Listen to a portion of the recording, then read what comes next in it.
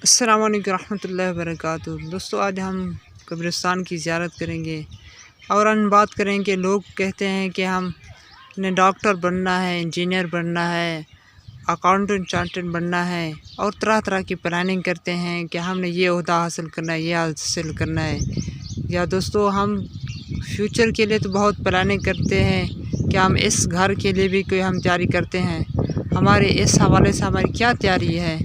یہاں ایک دن ہم نے آنا ہے، یہاں بہت ہی اچھے عمل کام آئیں گے۔